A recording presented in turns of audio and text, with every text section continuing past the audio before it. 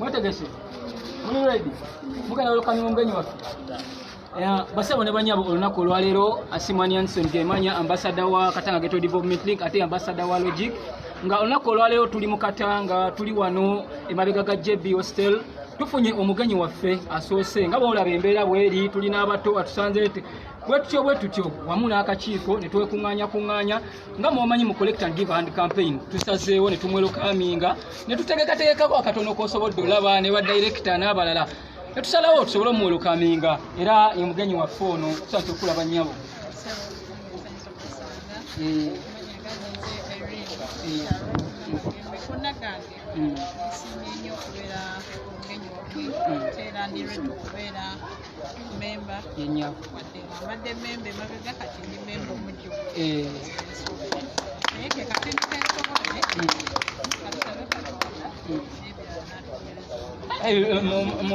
Mama Irene olunaku olwaleero baddenga ombuuza akakiiko era akakiiko weekali ba coordinators bonna weebali banange executive director badde nsaba otwanirize omugenyi waffe oyo nebyatukoledde byonna nange ntwala omukisa guno bannyabo abali ne bassebo bagamba nti wagumbulizi kaabanako oba kakawaayo mbale nga nti kawa abaana be kawa munywanyiibwe okugaba tekulinda bintu bingi naye nange Mamitamuga ya Faizo executive director wa Kegidiero oba Katanga Ghetto Development League nga sinabagenda mu maaso kwaniriza mugenyi bane musharinge mulaikinge page kwesiri tulina YouTube channel tulina Facebook page ne soon website ejja mukwano tukwaniriza nnyo webale kubeera na mutima atuwadde ekintu kino kitono nga bw'okiraba naye ate kingi mulimu engoye mulimu engato mulimu n'ebirala era agambye nti kana akatono n'ebirala bikyakola ki bikyajja nawe ali eyo tolinda omale kufuna bingi n'akatono ako osobola otukubira oba gokenyi ntukwaniriza nojja wano ku maka gaffe mu Katanga waliwo abaswala okwogera nti bavaawa mu Katanga wetubeera era we tuba tunyiriridde wano mutwebaze we tuba tukozeemuuko mbeera ya covid naye nga tubeebaza mwenna abali eyo abatugoberera mu ngeri enjawulo mukwano Irene tukweyanziza nnyo era nola kansabe nti olwosikwekubeera omulundi okujja wano oba okuyiiya kuba zino engoye nga boolaba nti mu collect and give hand campaign naffe tutira abantu abazaaniriza muno mu Katanga kati tosula kintu kyonna toyiwa kintu kyonna tokola kintu kyonna kwano tukwaniriza era osobola okugenda ku Facebook awo oba ku YouTube channel amanamba gaffe gabira kugwe n'okuŋŋaanya loole ennamba ffe tujja kujja n'otuyita tujja tugikime era nga executive Manya Self General Secretary n'abalala bagenda kubannyonnyola naye nze mbadde neebaza sebo muzindalo okuddiza kale bannange nga bwe mutulaba tuli live ku Katanga Ghetto Development Link channel nange ani Anson nabagamba buli kaseera mbayisaako mu ghetto ku ghetto litwali kyebando oguddako twali kanyanya naye nga wetu olunaku olwaleero nsooka okwebaza aba New Testament dancers abaana bamwe abagulidde mu Katanga ne basalawo badde nga babuusa neyanzeege okubeera nga ndi wano kya ssanyu nnyo kubanga era mbadde mutulo nga nakava ku ofisi ya LC1 anjagala okwebaza Irene Namagembe okubeera nga azze mu kitundu kya Katanga ngaffe abatuuze abakegidyero n'atuwa ekintu ekirungi kino n'abe eyo yonna gy'abadde n'asobola okuŋŋaanya akatono kano n'agamba nti at least ngenda kasheyalinga n'abantu b'omu Katanga babeere nga bawa abantu abo batasobola kwetuusaako gwe kino kyolabanga kyotasobola kuwa muntu ate kya mugaso nnyo era ŋŋamba nti mwongere mu maaso okubeera nga muleeta gwayina olugoye tolusuula leeta ongoye osobole okulaba ng'ozikuleetera sheyalinga buli kimu kyonna ky'oba Kegidyero bambi obuyambi tukyetaaga bungi osobola okulaba nga otutuukako mu Katanga enamba zaffe ziba kweziri kwategana ne General Secretary zenkola nga PRO mu Kegidyero ate nga ne mukulembeze wa LC1 Kimwanyi Zone so kya kirungi nnyo era ŋŋamba mwenna abali eyo collect and give a hand campaign bane mwongere okuleeta engoye tujja baniriza amannya mbadde sibeeyanjulidde Kato Salim Kiyingi ate nga ndi mukulembeze mulamba bannange mbaagala nnyo saba Mungu mwena gye muli abampeere emikisa ate muwongere mu maaso n'okujja kino kintu kyemulaba byonna bannange n'obudomola nsawo kimu kyonna tukyetaaga gwasobola okuba n'ebitabo kubanga abaana bano be mulaba omwana ng'ono ajja kwetaaga bingi. Osobola okusanga omuzadde nga talina bambi ssente zigula bitabo, naye gw'ona atuleetera ku bitabo ebyo kijja kuba kya muwendo. Kati akantu kano bwe tukamuwa n'akatwalira maama we, asobola okubeera ng'ate kayamba omuzadde okubeera nga ahandolinga omwana we bulungi nnyo bebi, asobola okubeera nga waliwo asobola n'okukasuula. Atosuula, wabula kyenkugamba kimu, gwe wenna atulaba gamba oyo mukwano gwali ebunayira n'ataliiwo nti Kegidyero batandikawo ekintu kino si mwaka guno, twakitandika 2019 ennaku z'omwezi nga 15. Naye nga idea yali yatandika dda. So bambi mbagamba mugende mu maaso n'okwongera amaanyi mu nsonga eno buli atulaba. Neyanzege sijja kufuuka mulungi omu abasawo ne banyabo batyo bwe tubeera mu Katanga nga tugezaako okulaba nti tukyusa obulamu mu bantu, tetuyitira mu kino kyokka bingi bye tukola. Twatandiseewo Kegidyero School of Etiquette nga tusomesa abaana empisa. Abaana bangi osanga omwana ng'ali eyo, omwana ng'akulembera mu kibiina ng'asoma n'agenda n'asoma naye ng'omwana talina mpisa, omwana tamanyi wabuuza abantu, omwana ebigambo asiiba awemula mu kitundu. So engeri gye tukulidde mu Gotteko tugezaako okulaba nga tutandika essomero litandika kuva ssaawa 2 paka ssaawa 7. Ne tugezaako okulaba nga tukwasaganya abaana baffe abo okubayigiriza empisa. Mukama wange onaasonyiwa okulaba nga kukamye baleko ssebo mu Kegidyero bangi badde nga bambuuza omwami we bakola nga nyetawulatawula emabegako bakola bakweyapooti bakulabyeko wa sooka obanyonyolemu abalabi baffe abakulaba. Amanya n'eddoboozi munge Jonah Terry, nkolanga welfare mu kitongole kino ekya Kegidyero, era nze mbeera mu field ebiseera ebisinga. Nze ntawukano ne wali naye nga ne bakama bange babeera banoonyanoonya. Nze gwe basindika ebiseera ebisinga okubasakira oba okulobinga. Neyanziza nnyo omukyalo Namagembe okuba nga atuusizzaako donation ino gyakoze olwaleero. Tweyanziza nnyo tweyanzike kubanga tetusobola kwemalirira ffe ng'abantu, wabula bwemba nga mutukwatiddeko tusobola kakasa ntusobolera ddala okuvayo ng'abaana ba ghetto, kuba kino ekitundu mwe tukulidde ate era mwe tuwangalira. Si kivumo kuba tuwangalira Musiramu Areas kubanga tweyagalidde, mulimu n'abanyiriro tusinga ffe abali wano. Naffe kirungi okukwatagana wamu ne director waffe ono wa Kegidyero n'akakiiko kange. So tumusanyukidde nnyo omukyalo ono, era tusaba wajje Omukama amuddizeewo kuba tasobola kwedizaawo. Tamanyi kyatuyambye, tamanyi kyatukoledde. Bamama baffe ab'omu kitundu kino bannakazadde b'eggwanga n'abaana tusoma nabo waneeno buli lunaku tusuubire tugenda kuganyulwamu. Neyanza weebale nnyo yeyo embeera gye tutambuliramu. Nyongera okubategeeza eno yo ground yaffe, kwe kubeera New Testament, kwe kubeera abazinyi, kwe kubeera abayimbi, kwe kubeera abazanyi b'akatemba, kwe kubeera abasambi b'omupiira. Eno yo ground ya New Testament. Olwaleero mubasanze tebagenda kugamba simanyi yasoza we essaawa ebadde etandise naye tubawambyemukko. Maama tweyanze abato mwogera ki ku kino? Musanyuse? Muli basanyufu? Kati mumwebaze tuwulire.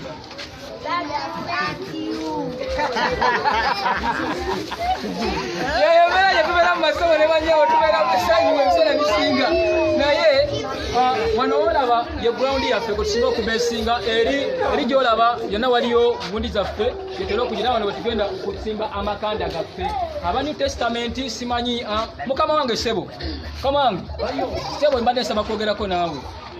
Abamu ku baana ba New Testament tubeera nabo waneeno ne tugeza kulaba nga tusharinga ideas ez'enjawulo tusobola okusensitizinga community yaffe. Nanga nanze nabasana mukutuusizaako gye baleko Sebo. Sebo mbadde njagala oyogereko n'abatuuze kirooto kino kyatandika kitya, okiraba otya, idea ogiraba otya eya Katanga Development wamu nammwe aba New Testament. Wesagenda kulwisa nnyo Godde Mukama yeebazibwa Uganda Amiina. Godde ngamba mu New Testament tusobola okuyita church by official abasinga nnyo. Ekintu kino ekya Kegidyero nange mwenava sigenda kuki kuba naffe mutukulidde kyekitukuziza tukulidde wano emmanju yonna gye mutwala ne mulowooza ngu kituva mu Katanga kuba tuli ba mu Katanga kuba Katanga etuli message ffe Katanga asege When go brief and research.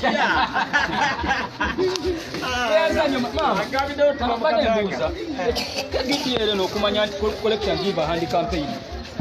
Watandika otya era ekirowoozo wakijjawa n'ogamba nti munnange kansalewo ngende mu Katanga omugire kubanga setumanyi buli kisoko tule ku Bayibuli affewo n'engeri gye wajjamu okumanya Katanga Ghetto Development League na biki by'ogisuubiramu maaso awo. Katanga Ghetto Development League nagitegeera naye nga mbadde nkake kubanga Katanga tuli baana enzaalwazaawa abatajja kwogera nti tuli enzaalwazaawa naye nga womanyi mukwano Ansoni, Pato, abaana bonna binjawulo kinangamba otaddeyo ku ki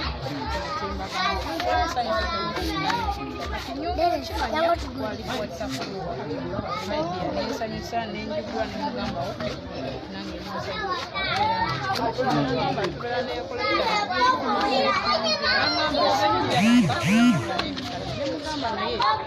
kyenaaba nakyo nekikola ki era leero mukama bwe yankwasizaako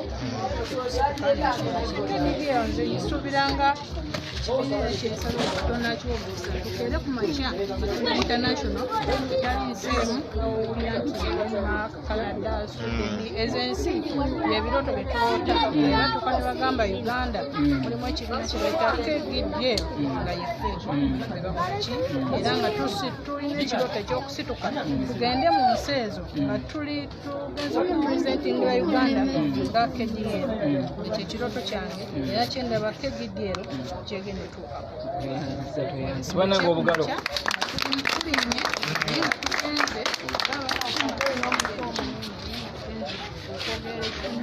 neggwanga n'esilamu zonna ezeetoolodde ensi eggwanga ekyo ekirooto kyange kyendoota ate kyendaba nga tugenda kikola tujja kitukiza nga tuli wamu kubanga obwegassi ge maanyi ne Katonda nga tukwate nga mutya Mukama banange tweyanzizege mwena abatulaba kawe mulaba eno ye official ID yaffe eya KGDL Katanga Ghetto Development Link era yenna agyetaaze osobola kuba kontakiti zaffe zibeerako okwo nojja n'otutuukirira butongole mukulu coordinator mbadde nsaba mukama wange njogereko naawe coordinator Ian omusajja ageze okutambula kafo ku kafo ng'afufulafufula yebaleko ssebo olunaku olwali tufunye omugenyi waffe otuuse leeti naye munange nga bw'omanyi omugenyi agudde ku nga omanyi collector and give and campaign tubadde tusaba otule mu kamera ezo osooke oyogera collector and give and campaign eno abantu balina okujja batukwatireko okyogerako ki mukama wange amanya gange bampita Ian Tabu okuva wano mu Katanga Development Link naye nga tuyamba abaana bano buli omu kyaba alina osifa abalina kubanga naffe tuli bavuka tweyiya bweyiya era bwala kabineti yaffe basobodde ogibalaga naye tubadde tufunyawo omugenyi asobodde okutuyamba okujja okudduukira bano abaana kubanga bali mu mbeera mbidozi olwo balaba bali mu bwereere ate budde bwa mpewo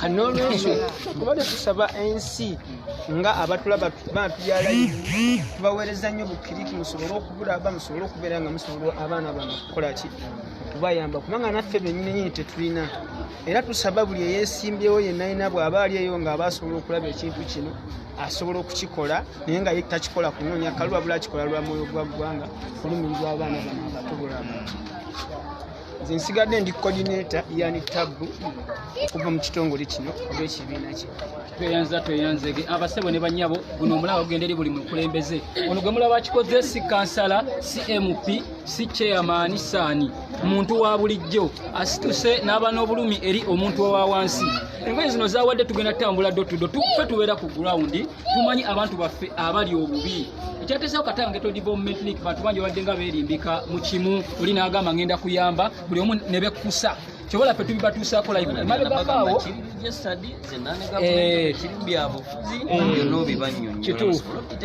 bangi bwe muzze mugamba nti bannange twagala mukikyuse mukize sima mu kibiina kino sima mukize mu mweno sima mukize ewagundi KGDL oba Katanga Ghetto Development Link teri political oriented tetuli mu politics wabula buli omu tukkiriza nti ayina okwagala kwe eri omuntu gwayagala okuwagira nenga kibiina si kya byabufuzi tusinga kubesinga ku nkulaakulana nga tulira mu sustainable development ziri pillars musanvu omuli obuyonjo omuli ebyokusoma bingi mubimanyi bulungi naye tusaba buli sekinnoomu eyo abakulembeze musitukiremu ekintu nga kino twetaaga ba funders twetaaga ba supporters mwe bennyini musobola okukwata n'omanya nti nze nange nyina kyenkutte nimbako kyennyongerako bangi mulowooza nti okujja notuka ku gurawundi gw'oluvaawo n'ogenda neffe si kye tuliko tuli ku muntu ajja okujjanga n'enkyasigale nga nga alina obulumi bw'omuntu owa wansi era asigale ng'ayongera okutambuza abaana nga bano bola bingi be beetaaga abaana tebalina ba sponsors projects ezisinga zisponsoringa naye nabo basponsoringa olumu abantu nga toli alina ba sponsors nga bana naye abaana bano bwe tukakugula tukagidde tukuyambako ne tucoordinatinga abaana abo ne tubayisaamu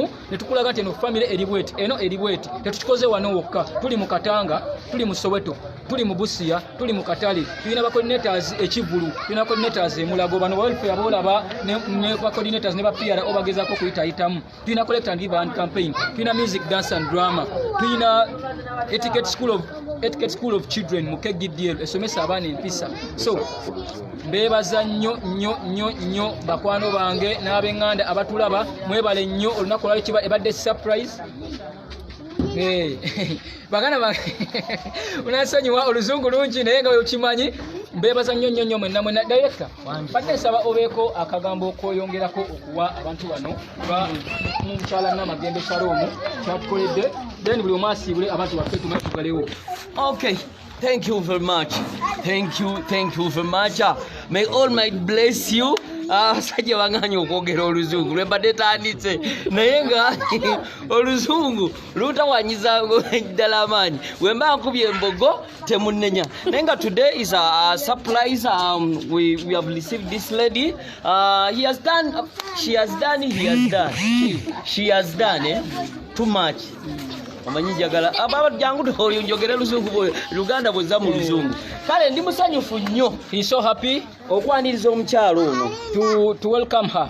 si mugagga nnyo, she's not so rich, naye ataddeyo omutima, but she has given her all from the bottom of her heart. Akatono kasobodde, the little that she has given, n'aleetera abantu wano ku kibiina kyaffe, to give to the members of the community wano mu Katanga ghetto, in Katanga ghetto. Era naffe tubisoloza ebintu bino, and also collect these items, naffe tende tubigabira abantu abateesobola, given to the poor families, vulnerable, street children, orphans and everybody who is in a low level. Anesoseyo mulimu bamulekwa, mulimu abakyala abateesobola, the single mothers, mulimu abakadde, the elders, mulimu bannamwandu, the widows, abalema, the vulnerable, n'abateesobola. Manyi waliwo omuntu ng'alina ebiyungo byonna naye nga teyeesobola, weebali. The lame people, kati ataddeyo akatono kano, she has given the little that she had. Era naffe tugenda kusuubiza, and we promise ebintu bwe biti babireeta, many things are being brought. Naffe era ne tubikwata ne tukuba tumanyi family ziri obubi, because we are the ones who know the families that are bad off in the slums. Nga bw'abagambye tuli mu Kanyanya, as she has told you that we are in Kanyanya, we operate in Kanyanya, mu Kivulu, in Kivulu, Bwayise, in Bwayise, Kalerwe, Kamwocha, n'awalala wangi. and many Era other places in the bw'anabakkiriza, slums. And if God wishes, tugenda kutambula Uganda eno we shall move the whole Uganda to the slums. Each and every district has a slum area. Atolaba mu Kampala wano waliwo Katanga. You see even in Kampala, kati ab'Embale bagambe ki? What of Mbale? Kale Madam Irene Namagembe, Madam Irene Kwano Namagembe, tukwebaza nnyo nnyo dear, we nnyo. thank you very, very Era much. okwebaza kuno kanfukamire nkukwateko mu ngalo. Wadde And for twatwalira. thanking, let me kneel down Naye and thank you. wojje Where you are Mukama zeewo. Nze nga executive director wa Katanga Ghetto Development Link, mbasaba mwenna abali eyo. Oba oli munabyabufuzi, oba oli munaddiini, if you're religious, if you're a politician, oba oli if you're a mwami, woman, if you're a oba oli man, ki, konna kw'olina whatever you have, we tusoloza welcome. engoye, We collect clothes, carpets, peni, pens, penso, books, bitabo, books, mosquito net, nets, shoes, blanketi, mattresses, ngoye, byonna clothes, everything bwereeta. that you have that you Sigadde think is not executive easy. director muga Executive yafaizo, director to naye nga essanyu lyamwosiwa. and he's feeling so as you see, thank you, Mr. Sean. I know you're watching live. We are in the Collect and Give a Hand campaign today. We had a visitor. She has decided to give us some clothes and attires for the poor mothers and children. So it's an honor. I know you're watching. You can also coordinate some people there. Maybe you can come with the clothes, the shoes, the panties for the people, because we coordinate with poor families and give them something. So here we are having the Collect and Give a Hand campaign. Today it was our day. We had a visitor, and it will be our surprise when you also show up. It's been a pleasure hosting you guys. Thank you very much. We love you so much. Abato mujja musenga ali to Sean Ferry. Mumubuuze ko Sean Ferry. Akyali ko Sean Ferry. Mumubuuze ko Sean Ferry. Sean Ferry mumanyi. Sean Ferry mumanyi. Say hi to Sean Ferry. Sean Ferry, how are you? Sean Ferry, how are you? Mugambe, this is the Collect and Give Hand campaign. This is the Collect and Give campaign. So mumusibule. To all our visitors, to all our watchers, and the people who has been on live. My name is Anyanson. I'm the Ghetto Ambassador Logic, the Ghetto Ambassador KGDL. It's been an honor hosting you today on our live channel. It's Katanga Ghetto Development Link. It's been a surprise. It's been a Collect and Give Hand campaign. So we love you so much. Thank you for being live, and we'll link up another time when we get another visitor. We'll always keep you posted on what's going on. Thank you very much.